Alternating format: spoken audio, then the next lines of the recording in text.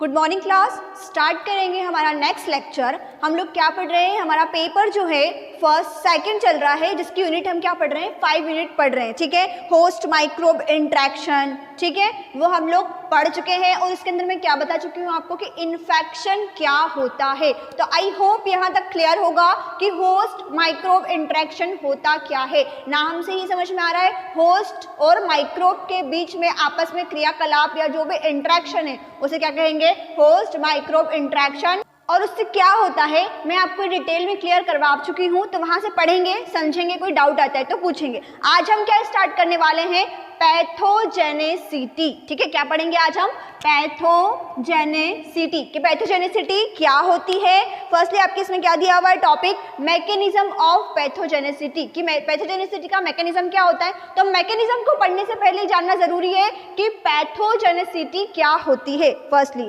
ठीक है, तो किसी भी ऑर्गेनिज्म जो कि क्या करता है, होस्ट के अंदर रहता है।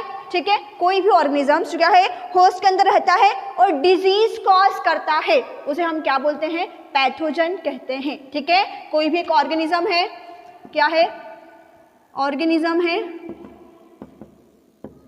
Live in host, cause diseases called pathogen. ऐसा कोई भी माइक्रो ऑर्गेनिज्म जो डिजीज कॉजिंग है और उसको फेवरेबल इन्वायरमेंट मिला और वहां पे जाके उस होस्ट में वो इंटर कर दिया और वहां पे क्या करेगा, फिर डिजीज कॉज करेगा, तो ऐसे माइक्रो ऑर्गेनिजम्स को या ऐसे ऑर्गेनिजम्स को हम क्या कहेंगे, पैथोजन कहेंगे। ठीक है, और इस पैथोजन की, किसकी, इस पैथोजन की एबिलिटी, क्या, डिजीज कॉज करने की एबिलिटी को ही हम क्या कहते हैं, पैथोजेनेसिटी। ठीक है, एबिलिटी to cause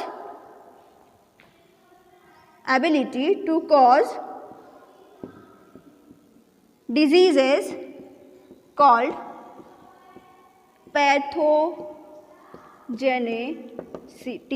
ठीक है, समझ में आया यहाँ तक कि कोई भी माइक्रो ऑर्गेनिजम्स है जो कि कहाँ रह रहा है, किसी होस्ट में रह रहा है, वहां पे जाकर डिजीज कॉज कर रहा है, तो उसे हम क्या बोलते हैं, पैथोजन कहते हैं। और वही पैथोजन की, उसी पैथोजन की एबिलिटी कि वो कौन से डिजीज और किस प्रकार से डिजीज कॉज कर पा रहा है, उसे हम क्या बोलते हैं, पैथोजेनेसिटी कहते हैं। ठीक है, जो यहाँ पे होता है, यहाँ तो समझ में आया, डेफिनेशन समझ में आया कि पैथोजेनेसिटी क्या होती है। उसके आगे क्या पढ़ेंगे हम कि दो टाइप के पैथोजन होते हैं। मेनली हम क्या देखते हैं, प्राइमरीली दो टाइप के पैथोजन्स हम मेनली देखते हैं। कौन कौन से, प्राइमरीली पैथोजन्स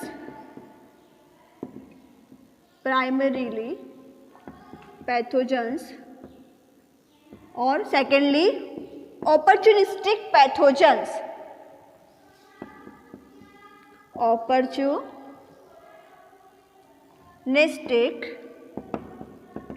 पैथोजन्स। ठीक है, तो डेफिनेशन समझ में आई पैथोजेनेसिटी की। उसके बाद जो है, there are 2 types of pathogens. यहाँ पे कितने, 2 टाइप के पैथोजन हमको मेनली देखने को मिलते हैं। फर्स्टली क्या है हमारा, प्राइमरीली पैथोजन, और सेकेंडली क्या है, ऑपर्चुनिस्टिक पैथोजन। सबसे पहले देखेंगे प्राइमरीली पैथोजन्स क्या होते हैं। तो इस टाइप के जो पैथोजन्स होते हैं वो क्या करते हैं, डायरेक्ट इंट्रैक्शन करते हैं, किसके साथ, होस्ट के साथ, और क्या करते हैं, वहां पे क्या करते हैं, डिजीज कॉज करते हैं। ठीक है, प्राइमरी पैथोजेंस में क्या होता है कि ये पैथोजेंस क्या होते हैं, डायरेक्टली इंटर करते हैं किसी भी हेल्दी होस्ट में। कोई भी हेल्दी होस्ट है उसमें डायरेक्टली इंटर कर जाते हैं और वहां पे डिजीज कॉज करते हैं। ऐसे पैथोजेंस को हम क्या बोलते हैं, प्राइमरीली पैथोजेंस कहते हैं। इन्हें कोई भी फेवरेबल इन्वायरमेंट नहीं चाहिए, किसी प्रकार की कोई कंडीशंस इनके लिए रिक्वायरमेंट नहीं है, ये डायरेक्टली जाके क्या कर सकते हैं, डिजीज कॉज कर सकते हैं। तो इन्हें हम क्या कहते हैं, प्राइमरीली पैथोजेंस कहते हैं। ठीक है, बात करते हैं अपॉर्चुनिस्टिक पैथोजेंस की कि अपॉर्चुनिस्टिक पैथोजेंस क्या होते हैं। तो ये पैथोजेंस जो होते हैं नॉर्मली क्या होते हैं, हमारे माइक्रोफ्लोरा।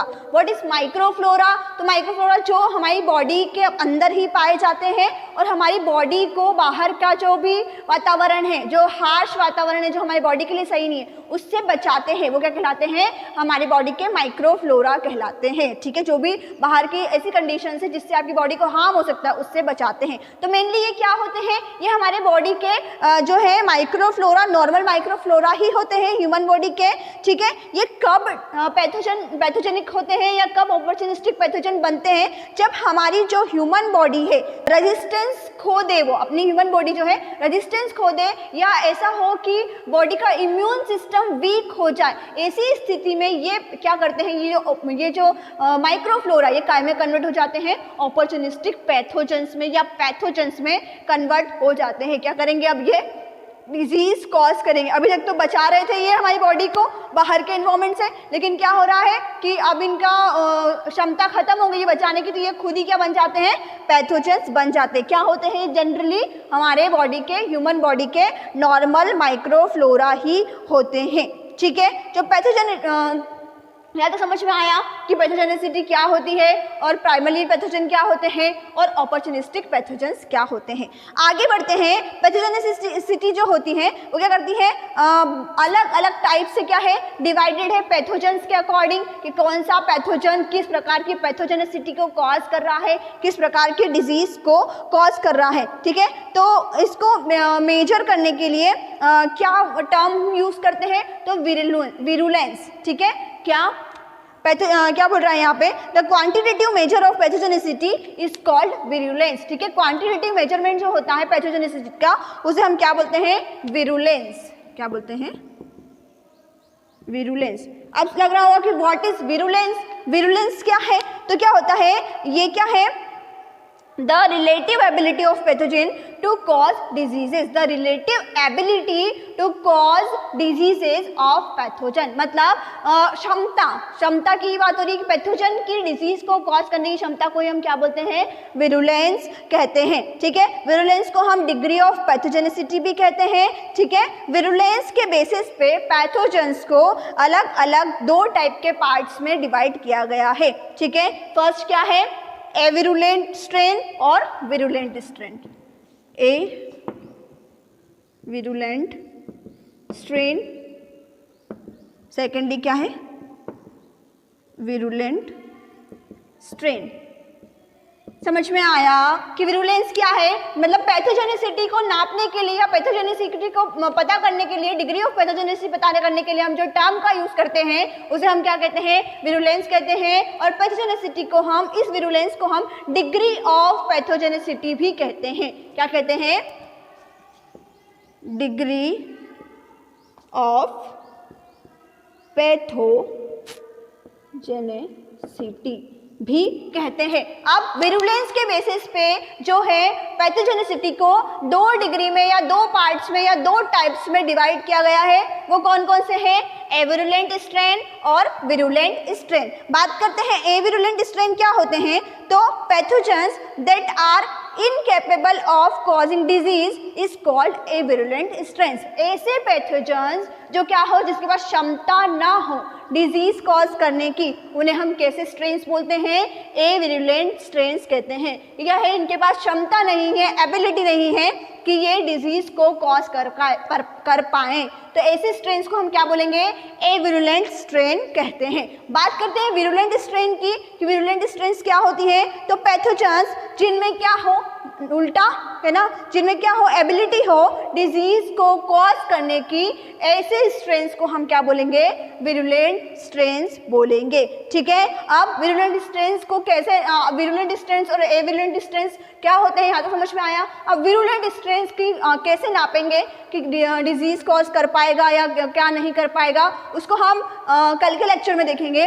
आज यहाँ तक समझ में आया कि पैथोजेनिसिटी क्या होती है, पैथोजेंस क्या होते हैं। ठीक है, पैथोजेंस को कितने भागों में बांटा गया है, मेनली दो भागों में हमने बांटा है। कौन कौन से, प्राइमरी पैथोजन और second one is opportunistic pathogen. ठीक है, अब पैथोजेंस की टर्म्स को यूज करने के लिए हम विरुलेंस वर्ड का यूज करते हैं, विरुलेंस टर्म का यूज करते हैं। उसको भी मैं अलग अलग दो टाइप्स में डिवाइड किया गया है, ए विरुलेंट स्ट्रेन्स और विरुलेंट स्ट्रेन। ठीक है, विरुलेंस को क्या कहते हैं, डिग्री ऑफ पैथोजेनिसिटी भी कहते हैं। ठीक है, विरुलेंस, अविरुलेंट मतलब क्या, इसके अंदर क्षमता नहीं है कि डिजीज को कॉज कर पाए, और विरुलेंट मतलब क्या कि इसमें क्या है, क्षमता है कि ये स्ट्रेन्स क्या कर सकते हैं, डिजीज को कॉज कर सकते हैं। अब इसके आगे हम कल के लेक्चर में कंटिन्यू करेंगे, आज तक यहीं पढ़ेंगे और आगे के टॉपिक्स को भी पढ़ के और डाउट्स निकालेंगे। अगर कुछ समझ में आ रहा है तो ठीक है, और नहीं आ रहा है तो आप लोग डाउट पूछ सकते हैं।